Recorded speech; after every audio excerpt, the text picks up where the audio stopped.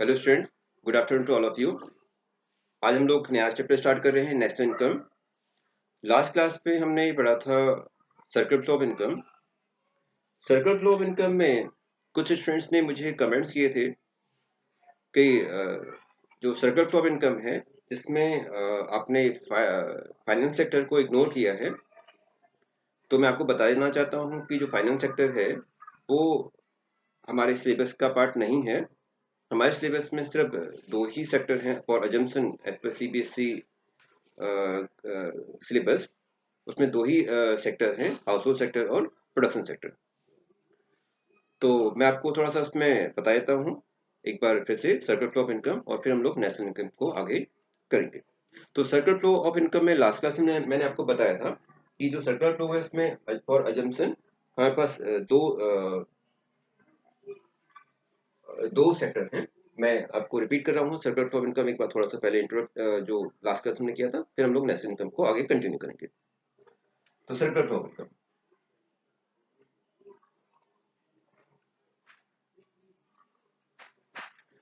जैसे मैंने आपको लास्ट क्लास में बताया था, सर्कल फ्लो ऑफ इनकम दो तरह का होता है, रियल फ्लो और मनी फ्लो। और इसमें फॉर एजम्पशन हमने दो सेक्टर लिए थे, हाउस होल्ड और प्रोडक्शन सेक्टर।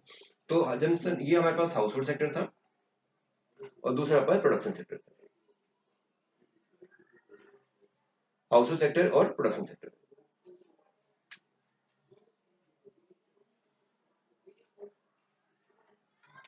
तो हाउस होल्ड सेक्टर अपने फैक्टर सर्विस प्रोवाइड करता है प्रोडक्शन सेक्टर को। हाउस होल्ड सेक्टर अपने फैक्टर सर्विस प्रोवाइड करता है प्रोडक्शन सेक्टर को इन the form of the labour, land, capital और एंटरप्रेन्योरशिप। लेबर, लैंड, कैपिटल और एंटरप्रेन्योरशिप। और production sector household sector को गुड्स एंड सर्विस प्रोवाइड करता है, गुड्स एंड सर्विसेज। बिकॉज यहाँ पे हम इसको रियल फ्लो कर रहे हैं क्योंकि हाउस होल्ड सेक्टर कौन है? House hold sector is owner of factors of production.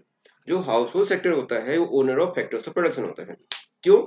जितने भी ओनर्स होते हैं हाउस फैक्टर्स प्रोडक्शन के, उसका जो ओनर होता है वो हाउस होल्ड सेक्टर होता है। लेबर, लैंड, कैपिटल और एंटरप्रेन्योरशिप। तो हाउस होल्ड सेक्टर अपनी फैक्टर सर्विसेज प्रोडक्शन सेक्टर को प्रोवाइड करता है, या हम ऐसे कहते हैं कि production sector household sector से उनकी फैक्टर सर्विस को हायर करता है, उसको यूटिलाइज करता है। उन फैक्टर सर्विसेज से गुड्स और सर्विस को प्रोडक्शन करते हैं और अगेन उन गुड्स एंड सर्विसेज को वापस हाउस होल्ड सेक्टर को ऑफर किया जाता है। तो ये हमारे पास रियल फ्लो है। बट रियल सेंस में हाउस होल्ड सेक्टर जब अपनी फैक्टर सर्विस प्रोवाइड करता है प्रोडक्शन सेक्टर को, तो प्रोडक्शन सेक्टर उन सर्विस के अगेंस्ट हाउस होल्ड सेक्टर को मॉनेटरी टर्म में रिवॉर्ड करता है, कंपनसेट करता है, जिसे हम बोलते हैं मनी फ्लो। तो अगर हम इसको ऐसे बोले कि हाउस होल्ड सेक्टर ने अपनी factor service production sector provide की, तो प्रोडक्शन सेक्टर उसको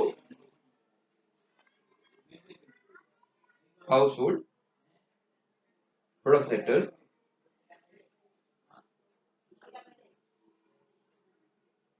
तो प्रोडक्शन सेक्टर इसके रिवार्ड में कंपनसेट करता है in the form of the wages, rent, interest और प्रॉफिट के फॉर्म में। और उस मनी को हाउस होल्ड सेक्टर स्पेंड कर देगा, expenditure on purchase of goods and services. तो अगेन जो मनी है वो हाउस होल्ड सेक्टर से प्रोडक्ट सेक्टर के पास चली जाती है और प्रोडक्शन सेक्टर से हाउस होल्ड के पास, गुड्स हाउस होल्ड सेक्टर के पास जाती है। इसे बोलते हैं मनी फ्लो। तो सर्कुलर फ्लो ऑफ इनकम क्या है? That is the circularly movement of goods और services from one sector to another sector and again each at the same sector, जिसे हम बोलते हैं circular flow of income. Because last class में हमने ये बताया था, लेकिन कुछ स्टूडेंट्स ने कमेंट करके पूछा था कि सर इसके अंदर फाइनेंस सेक्टर को हमने क्यों इग्नोर कर दिया, या मैक्रो इकोनॉमी फाइनेंस सेक्टर के बगैर फाइनेंस सेक्टर के मैक्रो इकोनॉमी एग्जिस्ट कैसे करती है। I totally agree. तो बिकॉज वो हमारे सिलेबस में नहीं है, बट मैं आपको थोड़ा सा उसके बारे में इंट्रोडक्शन बता देता हूँ। रियल सेंस में इकोनॉमी के अंदर दे आर द 5 सेक्टर्स। कौन से होते हैं उसको मैं अब चार्ट की हेल्प से मैं आपको बता देता हूँ। यहाँ पर हम अब सिर्फ मनी सेक्टर को ही मनी फ्लो को ही डिस्क्राइब करेंगे, रियल फ्लो को हम लोग यहाँ पे नहीं ले रहे। तो यहाँ पे पहला सेक्टर हमारे पास है house hold sector. Household sector the owner of factors production. दूसरा हमारे पास है प्रोडक्शन सेक्टर, जो फैक्टर सर्विस को हायर कर रहा है। बिकॉज हम सिर्फ मनी फ्लो के यहाँ पे ले रहे हैं, तो हाउस होल्ड सेक्टर और प्रोडक्शन सेक्टर के बीच में रिलेशन क्या है? तो हाउस होल्ड सेक्टर ने, प्रोडक्शन सेक्टर ने हाउस होल्ड सेक्टर को कंपनसेट किया।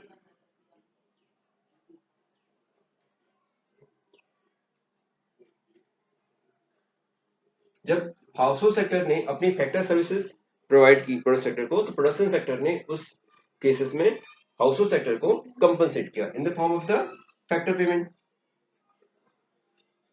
Factor payment in the form of wages, rent, interest and payment, profit. और हाउस होल्ड सेक्टर ने उस मनी को स्पेंड कर दिया प्रोडक्ट सेक्टर को, एक्सपेंडिचर। बट रियल सेंस में जो भी इनकम प्रोडक्शन सेक्टर ने हाउस होल्ड सेक्टर को प्रोवाइड की थी, उसका 100% अमाउंट तो हम स्पेंड नहीं करते, तो रिमेनिंग अमाउंट कहाँ गया? तो हम यहाँ पर एक और सेक्टर को लेके आते हैं, उसे हम बोलते हैं फाइनेंस सेक्टर।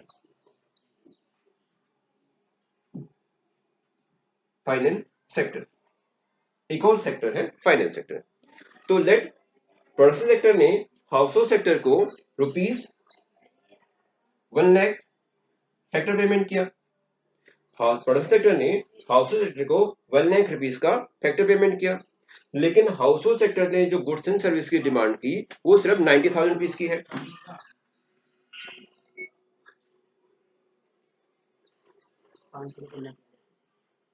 अभी भिजवा देते हैं।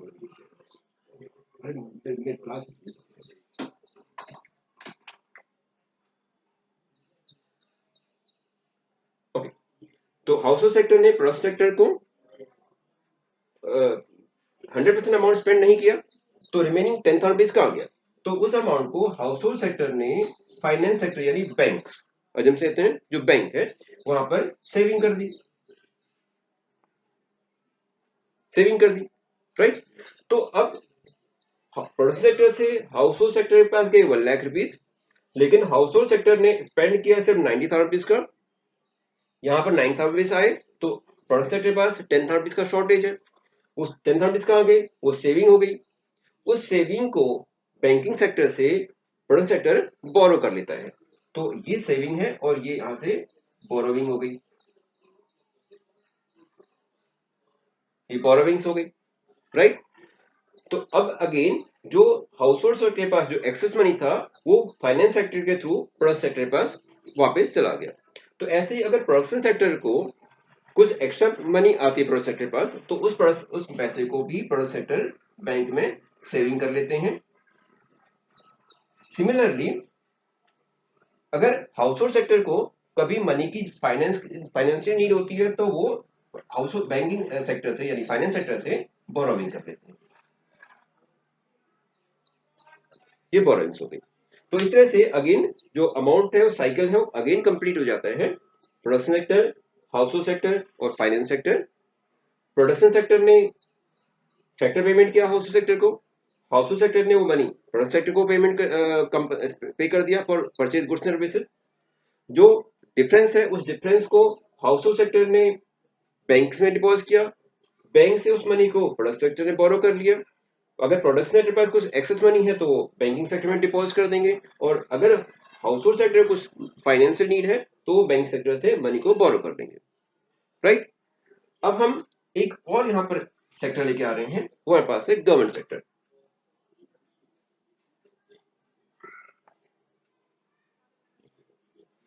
बिकॉज लास्ट क्लास में मैंने आपको बताया था कि ये क्लोज्ड इकोनॉमी है, और जहाँ पे सिर्फ दो ही सेक्टर हैं, प्रोडक्शन सेक्टर और house hold sector.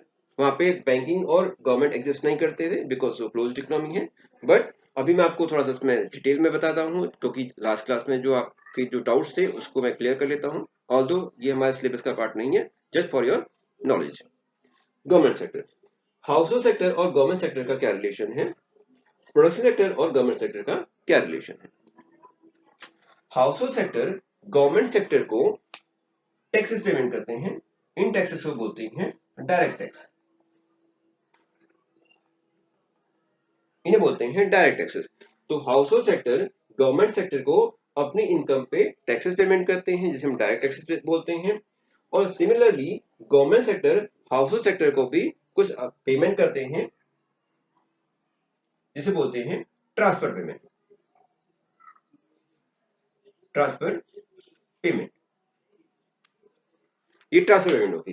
Transfer payment like old age pension, unemployment pension, scholarships, ये ट्रांसफर पेमेंट होती हैं। ये ट्रांसफर पेमेंट इसलिए होती हैं क्योंकि इसके एंगेज कोई गुड्स एंड सर्विसेज नहीं मिलती हैं, ये वन वे होती हैं, इसलिए हम इसको ट्रांसफर पेमेंट बोलते हैं।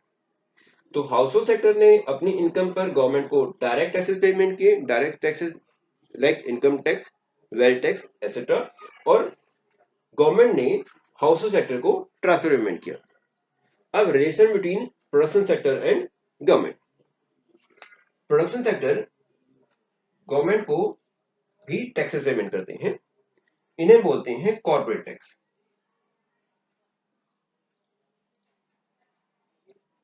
Corporate taxes.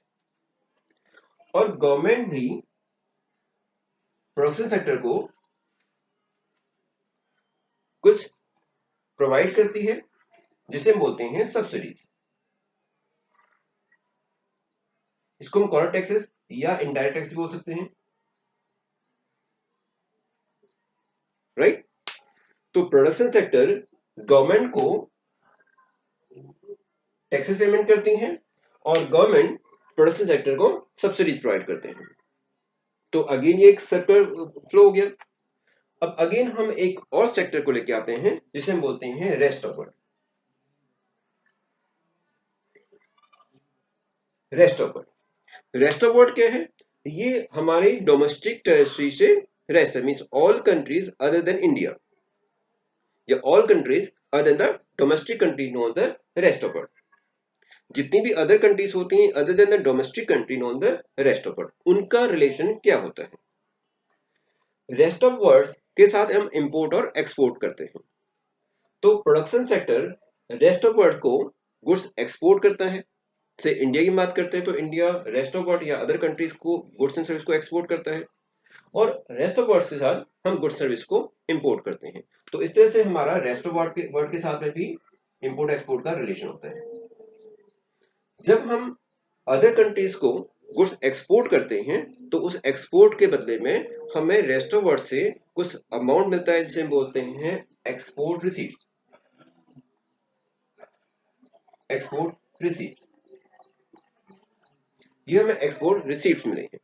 और जब हम रेस्ट ऑफ वर्ल्ड से गुड्स को इंपोर्ट करते हैं, जो भी गुड्स फॉरेन कंट्री से हम अपनी कंट्री में लेते हैं तो उसके लिए हमें अदर कंट्रीज को पेमेंट करना पड़ता है, जिसे बोलते हैं इंपोर्ट पेमेंट। Import payments. तो अगेन ये साइकिल कंप्लीट हो गया। फिर हाउस होल्ड का रेस्ट ऑफ वर्ल्ड के साथ में क्या रिलेशन है? इसे बोलते हैं net factor income from abroad.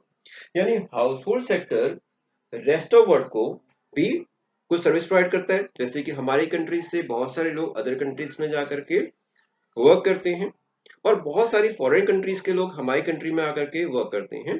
तो उनके बीच में जो नेट कंपनसेट मिलता है, मींस हमारे पर्सन्स को अदर कंट्रीज जो पे कर रही है और अदर कंट्रीज को हम लोग जो पेमेंट कर रहे हैं, उसका जो डिफरेंस होता है उसे बोलते हैं net factor income from abroad. तो हाउस होल्ड सेक्टर और रेस्ट ऑफ वर्ल्ड, इसके बीच में जो डिफरेंस आएगा उसे बोलते हैं हम net factor income from abroad.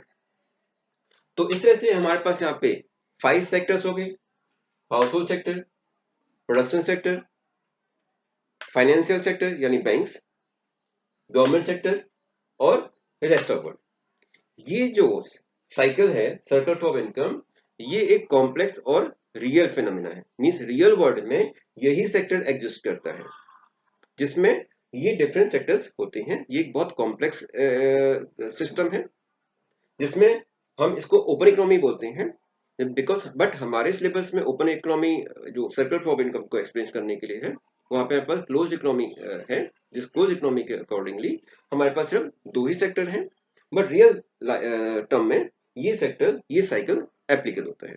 इसे बोलते हैं circular flow of income.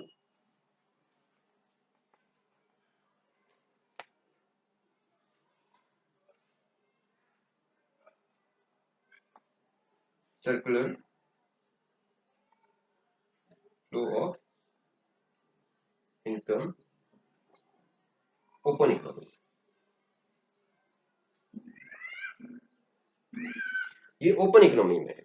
Open economy के अंदर सर्कुलर फ्लो ऑफ इनकम के अंदर ये डिफरेंट सेक्टर्स होते हैं, ये जहां पर ये एक रिलेशन होता है डिफरेंट सेक्टर्स का अमंग द डिफरेंट सेक्टर्स।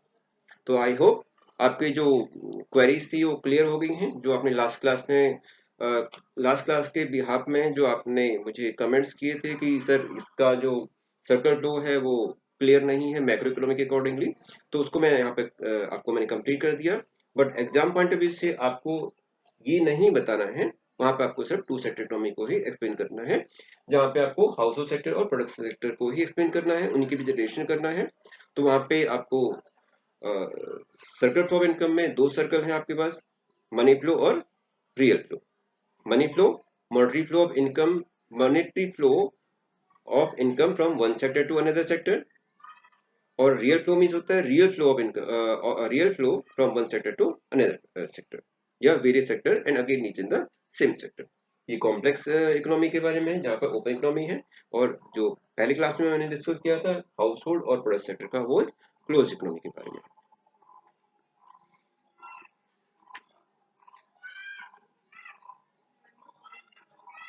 इसके अलावा लास्ट क्लास में मैंने आपको बताया था स्टॉक और फ्लो कंसेप्ट। तो स्टॉक और फ्लो कंसेप्ट को भी मैं एक बार आपको थोड़ा सा वैसे बता देता हूँ। स्टॉक, जब हम किसी चीज को एक stock, variables refer to the variables which is the measure at a particular point of time. जब हम किसी वेरिएबल को particular point of time measure करते हैं तो वो स्टॉक कंसेप्ट होता है, और जब हम किसी वेरिएबल को एक पीरियड टाइम में मेजर करते हैं तो उसे हम बोलते हैं flow concept. Stock variable which is measured at a particular point of time, and flow variable which is measurable at a particular point of time. Stock में it is not at time intervals, stock के अंदर time interval नहीं होता है, जबकि flow के अंदर time interval होता है। Stock is a static concept, जो स्टॉक है वो स्टैटिक कंसेप्ट है, जबकि जो फ्लो है वो डायनामिक कंसेप्ट है। कुछ एग्जांपल हम लेते हैं स्टॉक का। तो स्टॉक के एग्जांपल मैंने लास्ट क्लास में आपको बताए थे। तो स्टॉक का वजह है the population of India on से टुडेज अप्रैल 2020 में हम बात करते हैं, तो अप्रैल 2020 में जो इंडिया की पॉपुलेशन है वो क्या है, वो स्टॉक कंसेप्ट है। क्यों स्टॉक कंसेप्ट है? क्योंकि वो एक सर्टेन टाइम पीरियड में मेजर की थी, तो एवरीडे मेजर नहीं की जाती है, तो वो जिस डे में मेजर की थी उसी को हमें सर्टेन टाइम पीरियड हम कांस्टेंट लेते हैं, अजम्पशन लेते हैं, इसलिए वो स्टॉक कंसेप्ट है।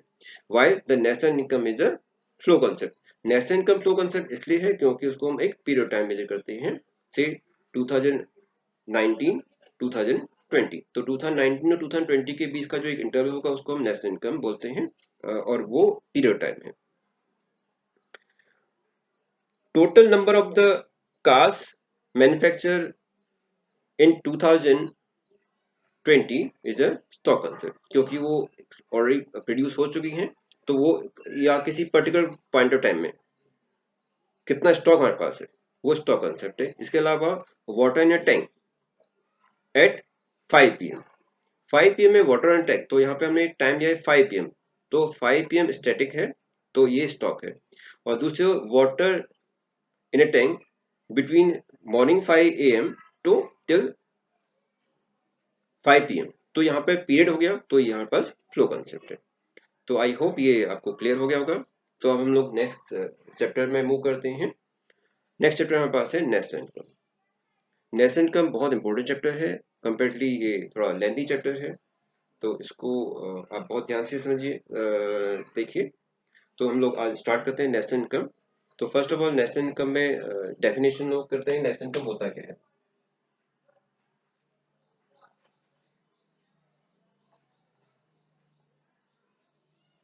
What is national income? National income is nation की इनकम।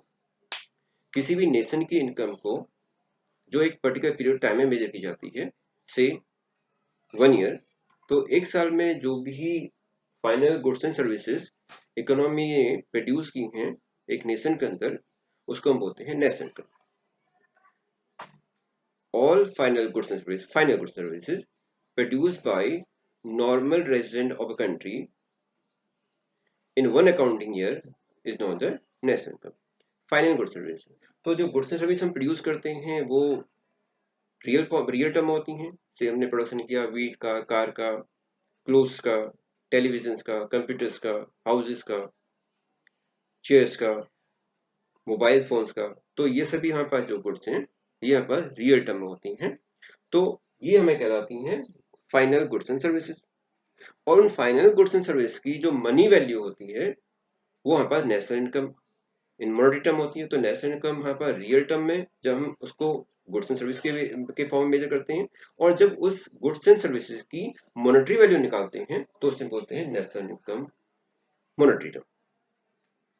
तो national income is the sum total of factor income earn by the factor income is labour land capital and entrepreneurs earn by the normal resident of a country in the form of wages, rent, interest and profit in an accounting year. तो एक साल के अंदर accounting year जो अप्रैल to मार्च का हमारा year होता है, उस अकाउंटिंग ईयर में जितनी भी फाइनल गुड्स एंड सर्विस हमने प्रोड्यूस किए हैं या फिर जो भी हमने कंपनसेट किया है in the form of the wages, rent, interest and profit to normal resident, उनका जो सम टोटल है उसको हम नेशनल इनकम बोलते हैं। In other word, normal national income refer to the money value of final goods and services produced by the resident of a country while working both within or outside the domestic territory, within or outside the domestic territory। domestic territory की क्या है? Late ये country है और इस country के domestic territory के अंदर, ये domestic territory means what? Domestic territory means होता है वो पॉलिटिकल फ्रंटायर जहां पर उस कंट्री का रूल फॉलो होता है। इसके फर्दर उसका जो एडिशनल पार्ट होता है, एडिशनल एरिया होता है, जैसे अगर हम अपनी कंट्री की बात करें तो India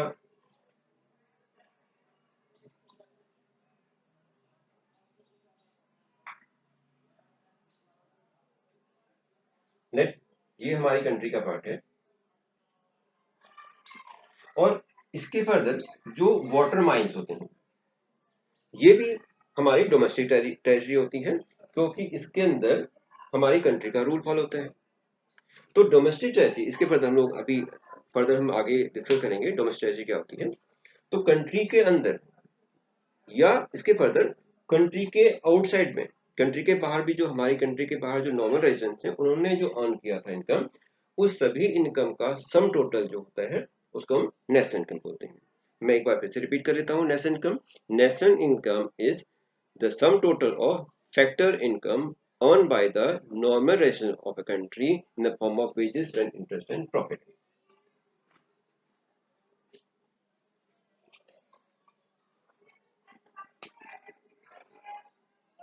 Sum total of income earned by normal resident, income earned by normal resident in the form of wages, rent, interest and profit in one accounting year। तो एक अकाउंटिंग ईयर के अंदर नॉर्मल रेजिडेंट कंट्री ने जो income earn की इन the form of the wages, rent, interest and profit कहाँ पे earn किया है? डोमेस्टिक टेरिटरी के अंदर। तो उसका जो सम टोटल होगा उसको हम नेशनल इनकम बोलते हैं। कुछ हमें पॉइंट रिमेंबर, कुछ ध्यान रखना चाहिए, the point must be remember while calculating the national income. तो पॉइंट कौन कौन से? It is express in the monetary term. जो नेशनल इनकम है वो मॉनेटरी टर्म में एक्सप्रेस की जाती है। तो फर्स्ट पॉइंट हमारे पास क्या है? पॉइंट्स टू बी रिमेंबर,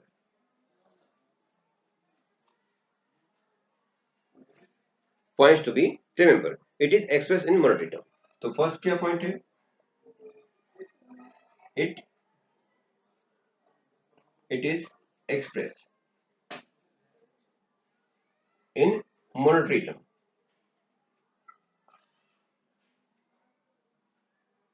ये मॉनेटरी टर्म में एक्सप्रेस की जाती है। जो मैंने अभी आपको बताया था कि जो नेशनल इनकम है क्या है, वो फाइनल गुड्स एंड सर्विसेज। जो फाइनल गुड्स एंड सर्विस होती हैं वो क्या होती हैं, वो फिजिकल फॉर्म में होती हैं। लेकिन जो गुड्स होती हैं वो डिफरेंट तरह की, उनकी यूनिट्स वेरिएबल होती हैं। एग्जाम्पल के लिए अगर हम बात करें कि नेशनल इनकम एक कंट्री में कौन कौन सी गुड्स प्रोड्यूस हुई, तो हम कहेंगे हमने प्रोडक्शन किया था वीट का। हमने वीट का प्रोडक्शन किया था। कितना वीट किया था हमने? हमने 100 क्विंटल्स ऑफ वीट प्रोडक्शन किया था। हमने कार का मैन्युफैक्चर किया था। कितना? 100 नंबर्स ऑफ कार। ओके। हमने कंप्यूटर्स बनाए थे से 100 नंबर्स। हमने सीमेंट का प्रोडक्शन किया था 100 बैग। हमने स्टील का प्रोडक्शन किया था 100 टन्स। हमने मिल्क का प्रोडक्शन किया था से 100 लीटर। और ऐसे हमने और भी बहुत सारी गुड्स एंड सर्विस को प्रोडक्शन किया था। तो लेट हमने अभी एग्जांपल लिया कि हमने इकोनॉमी के अंदर ये गुड्स प्रोडक्शन की, तो हमने अल्टीमेटली क्या प्रोडक्शन किया? 1 2 3 4 5 6। हमने 600 प्रोडक्शन किया। बट 600 हमने क्या प्रोडक्शन किया? व्हाट? क्योंकि इनके यूनिट्स हैं वो डिफरेंट है। हमने 100 क्विंटल्स ऑफ वीट प्रोडक्शन किया, 100 नंबर्स ऑफ कार प्रोडक्शन किया। कार नंबर्स में है, कंप्यूटर्स नंबर्स में है, सीमेंट बैग्स में है, कुछ टन्स में है, कुछ लीटर में है, कुछ डजन में हो सकते हैं, कुछ बेल्स में हो सकते हैं, कुछ मीटर में हो सकते हैं। तो इस तरह से हम डिफरेंट डिफरेंट यूनिट्स होती हैं। तो इसको सिंप्लीफाई करने के लिए हम क्या करते हैं, हम सभी गुड्स एंड सर्विसेज को मॉनेटरी टर्म में कन्वर्ट कर लेते हैं। सभी चीज को मॉनेटरी टर्म में कन्वर्ट करते हैं। एग्जाम्पल के लिए सभी चीज का प्राइस जो है वो 10 रुपीज ईच है। तो हम ऐसे कह सकते हैं कि हमने 100 क्विंटल्स का प्रोडक्शन किया था वीट का, या हमने 1000 रुपीज का वीट प्रोडक्शन किया था, या हमने 1000 रुपीज की कार मैन्युफैक्चर की थी, हमने 1000 रुपीज के कंप्यूटर प्रोडक्शन किया था, 1000 का सीमेंट, 1000 का स्टील, 1000 का मिल्क। तो हमने क्या प्रोडक्शन किया? हमने 6000 रुपीज का प्रोडक्शन किया, या 6000 रुपीज की नेशनल इनकम। तो फर्स्ट जो पॉइंट हमारे पास है, it is express in terms of money. तो जो नेशनल इनकम है उसको मॉनेटरी टर्म में मेजर करते हैं, जिससे कि हम अपनी बात को सही से प्रेजेंट कर सकें। Otherwise it become very complicated how to express the what are goods and services we had produce. Second point है, it refer to the value of final goods and services only.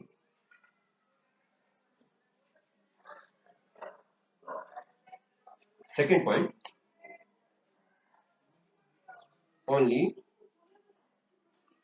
final goods and services include। National income को measure करते हैं जब, तो उसके इसमें हम सिर्फ फाइनल गुड्स एंड सर्विसेज को ही हमें काउंट करना है। गुड्स दो तरह की होती हैं, इंटरमीडिएट गुड्स और फाइनल गुड्स। अभी हम इसमें डिस्कस करेंगे लेटर ऑन। तो गुड्स एंड सर्विस को जो हमने प्रोडक्शन किया था, तो नेशनल इनकम में हमें only and only final goods को ही इंक्लूड करना है, इंटरमीडिएट गुड्स को नेशनल इनकम में इंक्लूड नहीं करना है। अगर हम नेशनल इनकम में इंटरमीडिएट गुड्स को भी इंक्लूड कर देते हैं, तो उससे जो नेशनल इनकम है उसका आंसर करेक्ट नहीं आता, बिकॉज ऐसे केस में डबल काउंटिंग हो जाती है। मींस एनी गुड्स और services include more than the ones. तो एनी गुड्स और services include include the measurement of national income more than once is not the problem of double counting। तो second point हमें जो memorise करना है national income को measure करते समय, first it is express in monetary term. हमें national income को सिर्फ मनी टर्म में ही मेजर करना है। Second, only final goods and services to be include. Third point है, national income is a flow concept. National income is flow concept. National income flow concept है। Flow means what? Which is measure at a period of time. दो तरह के होते हैं, stock concept और flow concept. तो national income flow concept है, क्योंकि इसको हम एक पीरियड टाइम में मेजर करते हैं, अकाउंटिंग पीरियड में हम मेजर करते हैं, से 2020 2021। तो 2020 और 2021 के बीच में जो भी नेशनल इनकम प्रोड्यूस होती है उसको हमने एक पीरियड टाइम मेजर किया। तो all final goods and services produce during that time period is national income. तो वो फ्लो कॉन्सेप्ट है, क्योंकि हमने उसको एक पीरियड टाइम में मेजर किया है। थर्ड है, सॉरी नेक्स्ट, फोर्थ पॉइंट हमारे पास है इसमें। Fourth point is it exclude self consumption services. Self consumption services को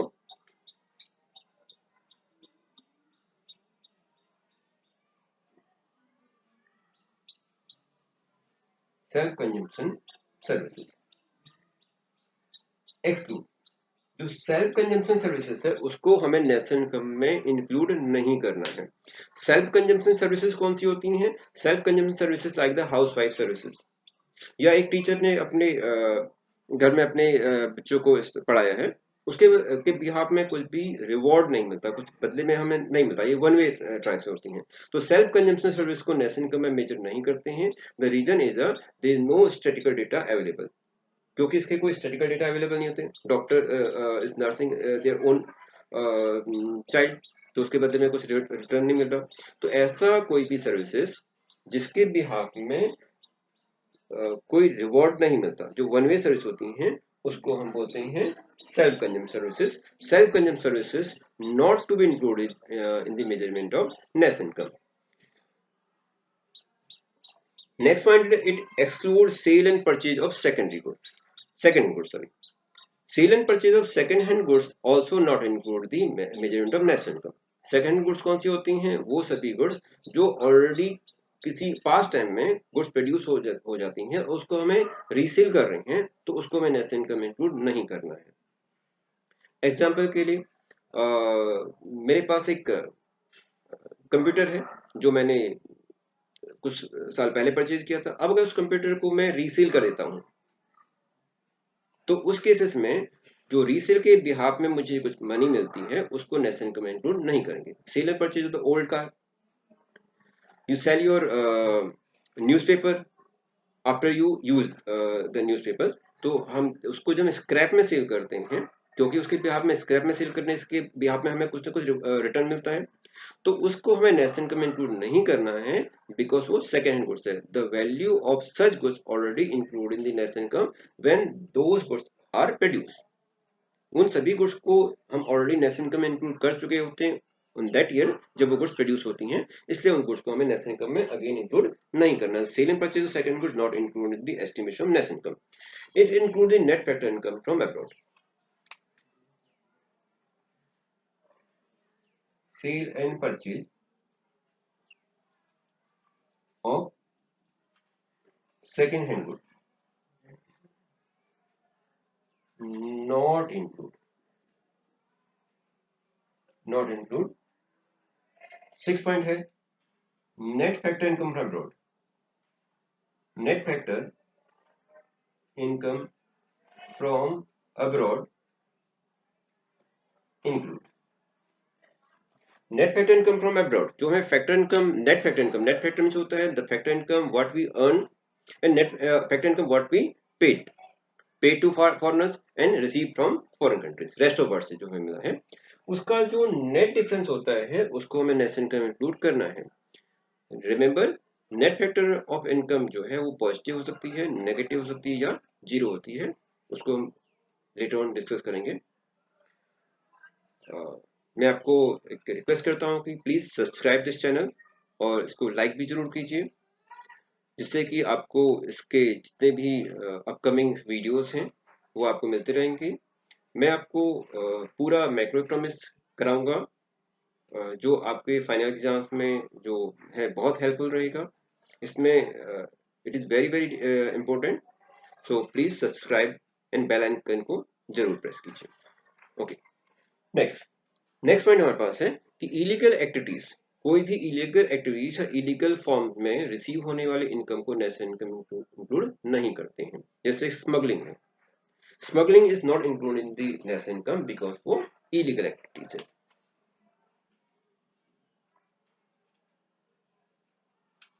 illegal income not include, illegal activities को भी हम नेशनल इनकम इंक्लूड नहीं करते हैं। और नेक्स्ट पॉइंट हमारे पास है any kind of the transferment not include. Transferment जैसे अभी आपको मैंने एक सर्कल फ्लो इनकम बताया था कि जो गवर्नमेंट सेक्टर है और हाउस होल्ड सेक्टर है, तो government sector household sector को ट्रांसफर करता है। In example old age pension, unemployment pension, scholarship etcetera, तो उसको हम ट्रांसफर पेमेंट बोलते हैं। ये वन वे इनकम होती है, क्योंकि इस केसेस में जब गवर्नमेंट अपने कुछ कंपनसेट करती है तो उसके बिहाफ में रिटर्न नहीं मिलता। इसके एक और मैं भी एग्जांपल आपको देता हूँ। जैसे कोरोना वायरस अभी स्प्रेड है पूरे वर्ल्ड में, तो इंडियन गवर्नमेंट भी बहुत सारी सर्विसेज प्रोवाइड कर रही है, वो फ्री फूड प्रोवाइड कर रही है नीडीज को, या कुछ मनी ट्रांसफर कर रही है डिफरेंट अकाउंट्स में, बैंक अकाउंट्स में। तो इस तरह की जो ट्रांसफर पेमेंट गवर्नमेंट कर रही है, जैसे फ्री फूड सप्लाई करती है, या कुछ मनी डिफरेंट अकाउंट में फ्लो कर रही है, अमाउंट अकाउंट में दे रही है, तो वो अमाउंट ट्रांसफर पेमेंट है, क्योंकि उसके बिहाफ में गवर्नमेंट उन लोगों से बदले में कुछ नहीं ले रही। तो ऐसे इनकम को हम बोलते हैं ट्रांसफर इनकम, ट्रांसफर पेमेंट। तो ऐसे ट्रांसफर पेमेंट को भी नेशनल इनकम में इंक्लूड नहीं करते। सो नेशनल इनकम क्या है? National income is the total income earned by normal residents of a country in one accounting year in the form of the wages, rent, interest and profit. National income को हम measure करते हैं income method से, expense method से और value added method से, या value output method से। Mean there are three ways to measure the national income: value output method, income method and expense method. इसी के बेस पर आपको नेशनल इनकम पे एक न्यूमेरिकल क्वेश्चन भी एग्जाम में पूछा जाता है। स्टूडेंट्स, बहुत सारे students feel that is very difficult, but it is not true. ये बहुत सिंपल होता है, मैं आपको इसको बताऊंगा, बहुत इजीली वे में बताऊंगा, और एक बार आप उसको सीख जाएंगे तो आप नेशनल इनकम के कोई भी न्यूमेरिकल्स को बहुत इजीली सॉल्व कर पाएंगे। तो नेशनल इनकम क्या है? National income nothing, simply the income earn by normal resident of a country in one accounting year in the form of the wages, rent, interest and profit. It is include net factor income from abroad. To national income को measure करते समय हमें कुछ point को याद रखना है। First point है कि नेशनल इनकम को सिर्फ हमें मॉनेटरी टर्म में ही मेजर करना है, क्योंकि ये एक सिंगल यूनिट ऑफ मेजरमेंट है। Second, only the final goods service to be included, सिर्फ फाइनल गुड्स सर्विस को ही इंक्लूड करना है। It is a flow concept, ये फ्लो कंसेप्ट है, स्टॉक कंसेप्ट नहीं है। Exclude the self consumption service, self consumption services को नेशनल इनकम में इंक्लूड नहीं करते हैं, क्योंकि इसके स्टैटिस्टिकल डेटा हमारे पास अवेलेबल नहीं होते हैं। Sale and purchase of second hand goods और गुड्स नॉट इंक्लूडेड, सर्विस तो हो नहीं सकती सेकंड हैंड, सिर्फ गुड्स होती हैं, और गुड्स मींस जिसका फिजिकल फॉर्म होता है, फिजिकल एक्सचेंज होती हैं, उसको हम जब सेल करते हैं तो उसको नेशनल इनकम में इंक्लूड नहीं करते हैं। Net factor income from abroad include करते हैं नेशनल इनकम में। इलीगल एक्टिविटीज को हम नेशनल इनकम में इंक्लूड नहीं करते हैं, जैसे कि स्मगलिंग इनकम है, उसको नेशनल इनकम में इंक्लूड नहीं करते हैं। तो कोई भी इलीगल एक्टिविटीज या लाइक थेफ्ट एसेट्रा है, उसको हम नेशनल इनकम में इंक्लूड नहीं करते हैं। और लास्ट पॉइंट था any kind of the transfer payment not included in the estimation of national income.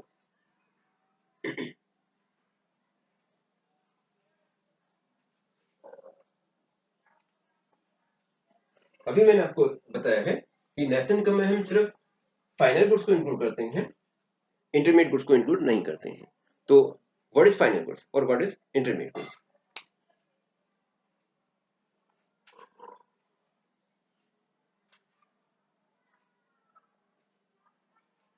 Final goods and intermediate goods.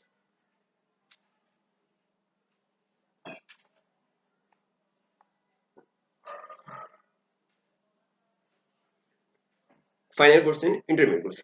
Final goods, it is used for final consumption or investment. It is used for final consumption or investment.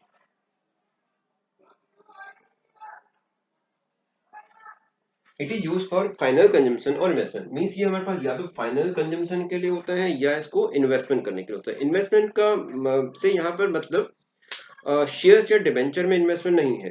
Remember, अगर हम shares में या debenture में कुछ money invest करते हैं तो उसको हम इन्वेस्टमेंट यहाँ पर नहीं बोलेंगे। यहाँ पे इन्वेस्टमेंट से मतलब है those investment which help to produce more goods and services, like establishment machineries. Machinery एक फैक्ट्री में मशीन को हम इंस्टॉल करते हैं तो उसको हम इन्वेस्टमेंट बोलेंगे। लेकिन अगर हमने शेयर्स और डिबेंचर, शेयर मार्केट में हमने शेयर परचेज किए हैं या डिबेंचर्स परचेज किए हैं तो that is not a investment. Please इस बात को ध्यान रखिए, शेयर्स में या डिबेंचर्स में sale and purchase of shares is not included in the estimation of net income, वो इन्वेस्टमेंट नहीं है। तो फाइनल गुड्स कौन से होते हैं? It is use for final consumption, जो फाइनल कंजम्पशन के लिए हम यूज करते हैं उससे हम बोलते हैं final good. Intermediate goods it is use for intermediate consumption. Intermediate goods कौन सी होती हैं? Use for intermediate consumption.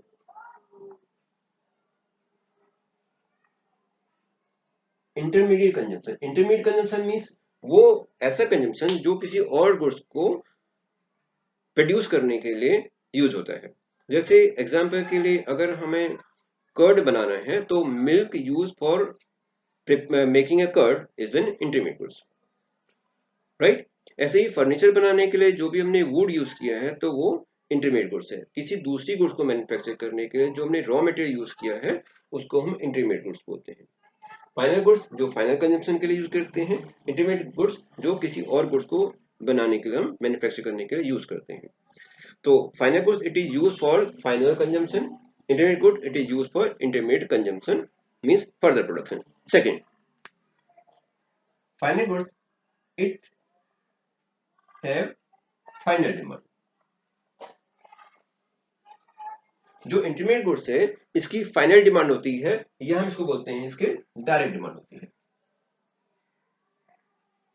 The final goods always directly demanded means उसको उसी पर्टिकुलर गुड्स को यूज करने के लिए ही हम डिमांड करते हैं, उसको हम बोलते हैं डायरेक्ट डिमांड या final demand.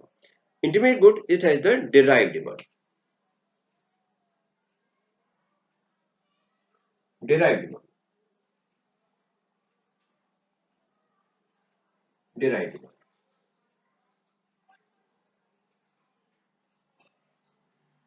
Derived demand means not the direct demand, it is use for the indirectly किसी और चीज को बनाने के लिए जो हम इनडायरेक्टली डिमांड करते हैं उसको डिराइव्ड डिमांड बोलते हैं। Example, to construct a building, building को कंस्ट्रक्शन करने के लिए हमें चाहिए मेसन्स, हमें चाहिए ब्रिक्स, हमें चाहिए सीमेंट, हमें चाहिए स्टील।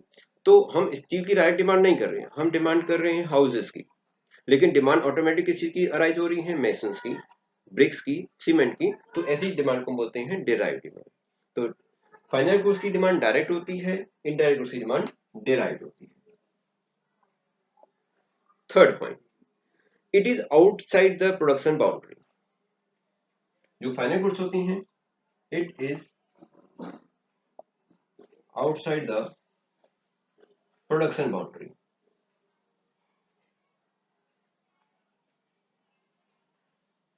ये प्रोडक्शन बाउंड्री से बाहर होते हैं, means no further production is required for these goods. While intermediate goods these are inside the imaginary production boundary।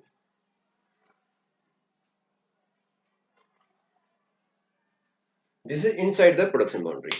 जो फाइनल गुड्स होती हैं वो inside that is outside the imaginary production boundary, एक production boundary है उसके बाहर होती हैं, that is ready for consumption. No more production are required for the final goods. जबकि जो इंटरमीडिएट गुड्स होती हैं it is inside the production boundary. Inside production imaginary production boundary means अभी इसके ऊपर और गुड्स प्रोडक्शन करना है, मींस या तो ये किसी और गुड्स को प्रोडक्शन करने के लिए होगा या फिर ये फर्दर सेल के लिए होगा। मींस किसी भी ऐसे गुड्स को जो हम फर्दर सेल करते हैं वो इंटरमीडिएट गुड्स कहलाती हैं। Example,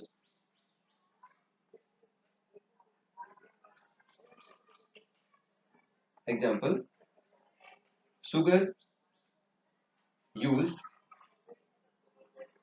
for use by household। Sugar purchase by household, household ने शुगर परचेज किया है। Sugar purchase by household is final goods. Sugar purchase by coffee shop, एक कॉफी शॉप में शुगर परचेज किया है तो वो इंटरमीडिएट गुड्स है। क्यों? क्योंकि उस शुगर को रीसेल किया जाएगा किसी फॉर्म में, से कॉफी में यूज किया जाएगा या किसी भी अदर फॉर्म में यूज किया जाएगा, तो वो इंटरमीडिएट गुड्स है। Any goods which are either resale same form और उसको किसी और साइकिल में हम कन्वर्ट करके सेल करते हैं तो वो इंटरमीडिएट गुड्स होती हैं। से अगर शुगर को एक शॉपकीपर एज ए शुगर ही सेल कर रहा है तो वो इंटरमीडिएट गुड्स होगी क्योंकि इसको रीसेल किया जा रहा है। Any goods purchase bye household, any goods purchase bye household is always final goods. Household जब भी कोई गुड्स को परचेज करेगा वो ऑलवेज फाइनल गुड्स ही होती है। चाहे उसको किसी भी फॉर्म में यूज किया जाए। अगर शुगर को एज ए शुगर या उसको टी और कॉफी या किसी फॉर्म में यूज करते हैं तो वो हमेशा ही फाइनल गुड्स होती है। तो any goods purchase by household is always final goods, any goods purchase for resale और reproduction is always intermediate goods. तो आज की क्लास हम यहीं पर ओवर करते हैं। नेक्स्ट क्लास में हम नेशनल इनकम को फर्दर करेंगे। हम नेक्स्ट क्लास में डिस्कस करेंगे factor income, net factor income from abroad, domestic treasury और नेशनल इनकम के डिफरेंट फॉर्म। तो till now please subscribe this channel and bell icon को आप जरूर प्रेस कीजिए, लाइक भी कीजिए चैनल को। Thank you for watching this channel.